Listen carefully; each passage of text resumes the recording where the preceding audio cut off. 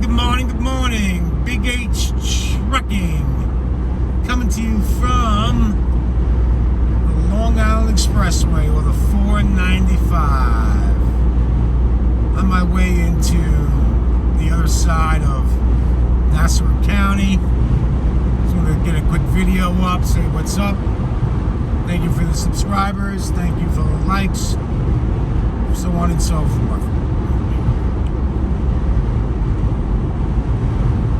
Today's video is sponsored by BigH Trucking. My only sponsor. Just teasing. Yeah, things are having a good home time. Had a great dinner last night. And I proceeded to hang out with a couple of my buddies, watch the football game, the late football game, Green Bay, San Francisco, which was a pretty good game. San Francisco ended up pulling it out in the last minutes with a field goal. It's my first time I've actually watched a football game, an entire football game, in probably 3-4 years. And I have my reasons why. I don't sit back and watch football anymore. But I just want to let you guys know, it's not bragging. Don't take it wrong. But I get these comments on my videos about going local. I don't want to go local, folks. Not interested. I love OTR.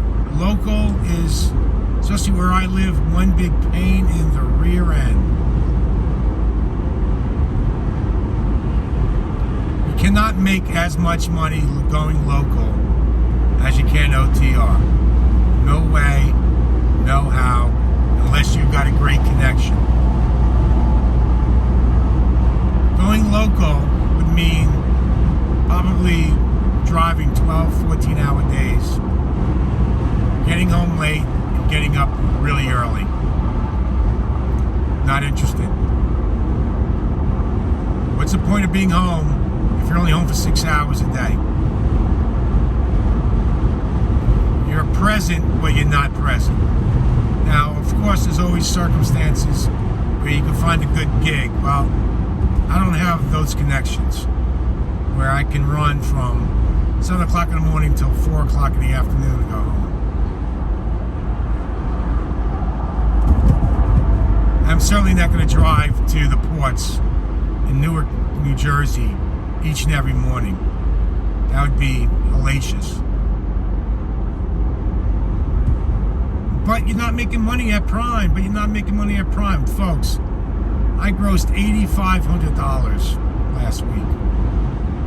The best week I've ever had. But I average about, all said and done, in the mid-sixes, $6,000 a week. That $8,500 week was an anomaly. Can it happen again? Yeah, I believe it can happen again. The rates have gone up. You know, fortunately I was in a great freight lane, and I had 2 loads that week where I picked it up after dropping off a load within 50 miles of the drop, picked that load up and ran it, and dropped it off the same day. You know, the reason why I get that, when I got those loads, was because I manage my clock very well. So I was able to get to the 90, get going with a full clock. If you learn how to manage your clock, folks, you will make money. Period, the end. Again, will I see that number happen again? I sure hope so. But my weeks are not terrible. You know, I'm pocketing, usually after taxes, after everything is said and done, pocketing over $2,000 a week, closer to $2,300 a week. Ain't gonna get that local.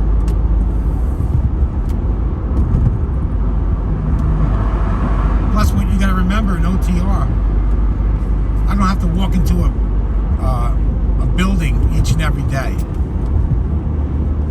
or kiss the manager's butt. I get a load and I hear nothing again until I drop off the load. There's no office politics to play. I did that for 25 years. It's not what I want. You know, how long am I going to stay at Prime? As long as Prime's good to me and I'm good to it and I'm healthy enough, I'm going to stay at Prime for years. Don't get me wrong, I do think about, and I have been researching companies like Mercer and Landstar. And the more I learn, you know, it is an attractive proposition. I can run my own freight lanes where I want. And go home anytime I want.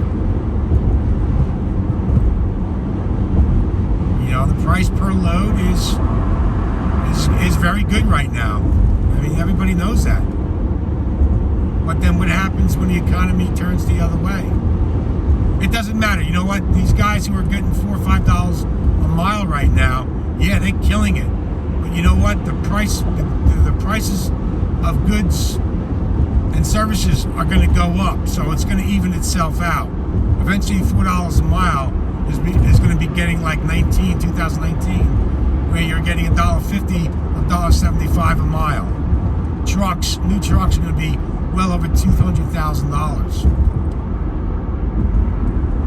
You know, we are in inflation.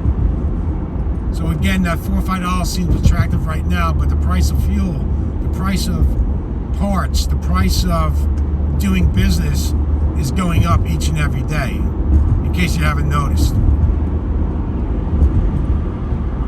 So I don't think we'll ever go back down to $1.50, $1.75 a mile. But again, that $2.50 to $4 or $5 load is going to be equivalent to what you were making in 1819.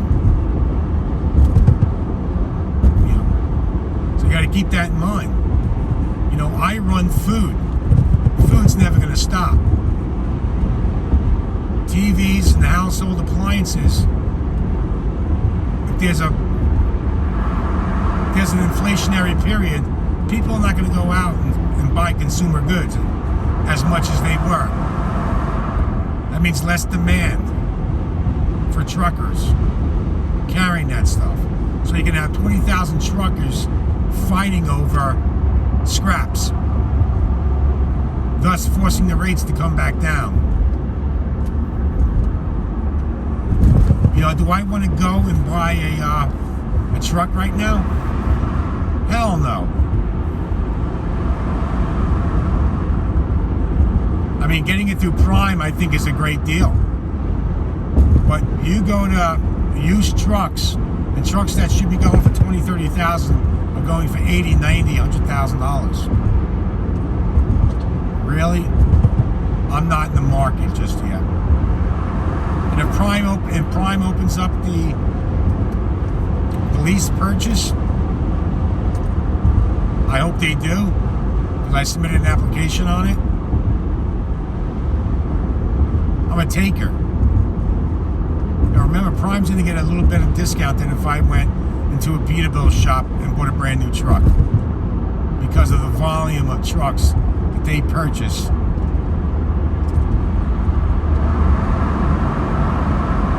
They do get a better rate.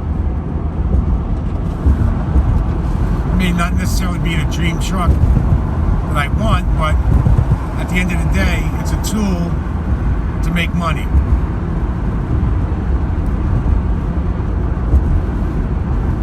So Prime works for me, guys. Maybe, you know, Swift works for you, or May works for you. Whatever trucking company works for you. I've built a relationship that's becoming better and better and better as time goes on. my fleet manager in sales. But it is attractive knowing that you can run any freight lane that you want, where you want, and when you want.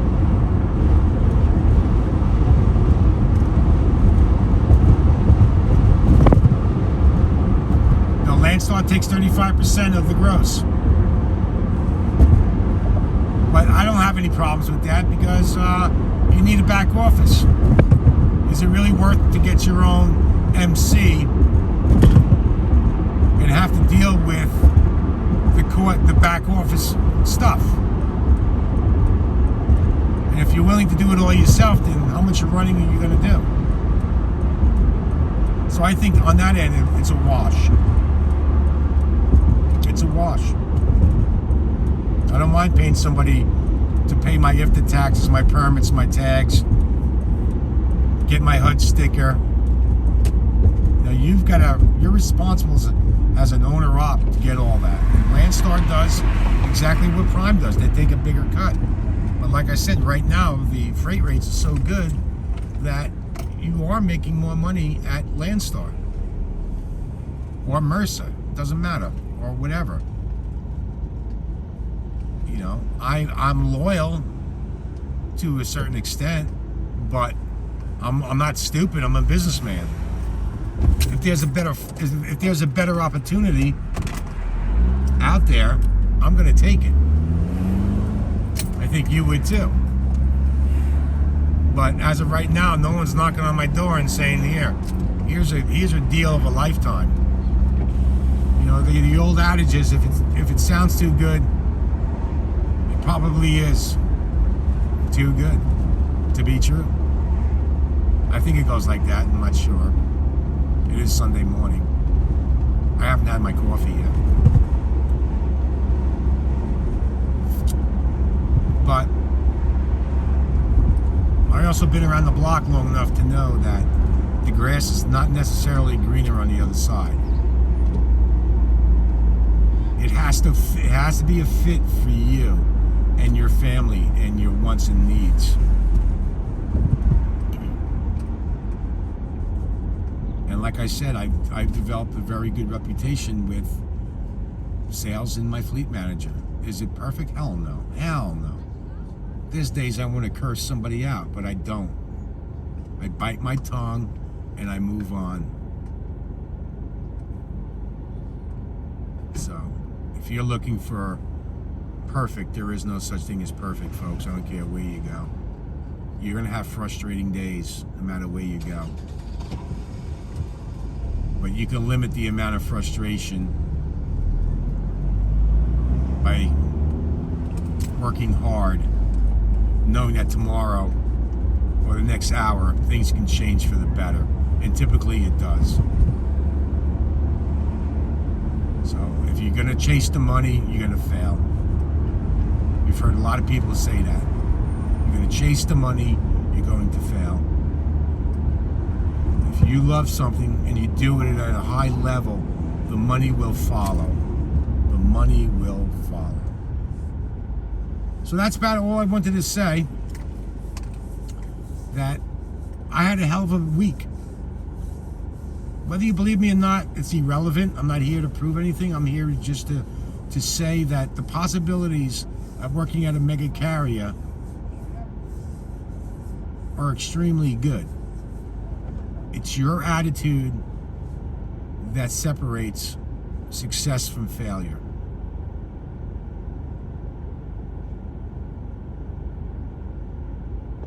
Attitude is everything.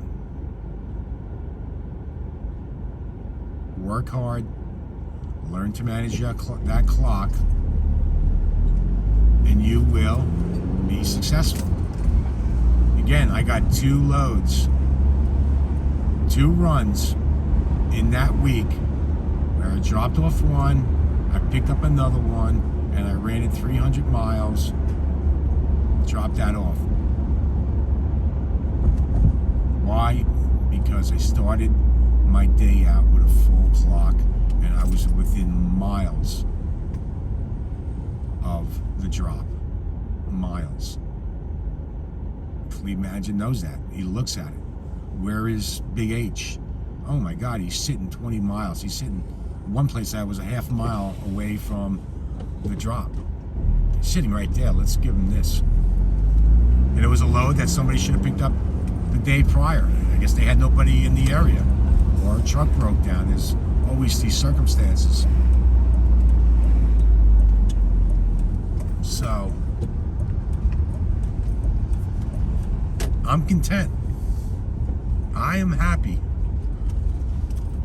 I tell you what, this home time is good. I don't know what the status of my truck is. I will find out tomorrow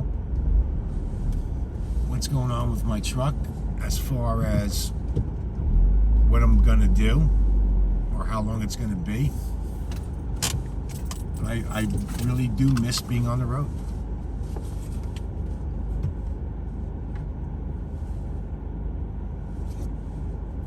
You know, my relationship is strong with my girlfriend. She supports me. You know, she's busy. I'm lucky. I'm lucky. I've got a great girl. And I'm sure others out there have great spouses too. That's supportive and understanding. And like I said to her at dinner last night, that, hey, listen, you can come on the truck. You know, you could do your work from the truck. You're just going to have to set yourself up with, you know, connectivity to your iPad and laptop. It can be done. Why don't you come and experience it? And she's, her ears perked up. You know? So, if your girlfriend or wife is kind of like missing you a lot, why don't you encourage them to come on the truck with you? Prime allows that. And I'm sure other companies allow that too. Let them see what you do. Let them see the country. You know, it's exciting not knowing where you're going to go, where you're going to end up. Yes, I know some of the places, the interstates, it's not the sexiest places in the country. But we also do drive on state roads and back roads that, you know, open up the scenery a little bit better than the interstates. You know, so the possibilities are endless, folks. So with that being said, I'm out sitting outside of my girlfriend's house. We're gonna go look at a couple of log cabins today. Builders, they got some models, little about 75 miles north of where we are. And we're looking at property. I'm looking at property hard. You know, I just want right now everything's overpriced. Trucks are overpriced, property's overpriced, homes are overpriced, everything is overpriced. Eventually it's gonna even itself out. So I'm just waiting, looking. We want to get comfortable with a general area. So we're looking in the Carolinas, we're looking in Texas. We kind of made a decision to ex-Florida, even though Florida's got, you know, run really well and they're business minded. So, but Florida's out. It's just too humid, too hot. I don't like it. But so is the Carolinas, right? But at least in the Carolinas, you get your seasons. Get your 4 seasons. Actually, their winter this year is worse than our winter up here in the Northeast. Cold, snowy, freezing rain. They haven't seen so much snow in 20, 30 years. Anyway, listen, have a great Sunday. That's my rant for today. Follow your dreams, work hard, learn the business. Prime has blessed me with allowing me to learn the business. So if you say go company, go lease, I don't know if you can learn the business as well as if you take that first step as being a lease operator. You know, what are you going to learn? You're going to learn maybe to manage your clock. Hopefully you don't get into any accidents or bang-ups where the company pays for it, where you're not responsible. I'm responsible as a lease operator, but that's why there's insurance. So if anybody asked me if you should go company or go lease, you got to make sure that you have a few bucks behind you as a lease operator. If you've got that few bucks, why not jump into it? Because I don't think you can learn how to run your own business being on the company side. But, you know, again, Not everybody's business minded. And there's nothing wrong with that. But I would encourage anybody who wants to get into the trucking business, go to a mega carrier, make sure they have a good extensive training program, give them the year of commitment. You don't necessarily have to stay there. Give them the year of commitment so you don't have to pay for the schooling. And learn the business. Learn the freight lanes. Learn to make decisions. Learn to solve problems. Learn to work with others. Because the trucking business, there is no ceiling. And if you're young enough and you enjoy doing the trucking, you can have a hell of a career. A hell of a career. With that being said, stay safe, make great decisions, and remember, if you're in a predicament with where you are, get out and look around. Make sure you don't wreck your equipment. Peace out.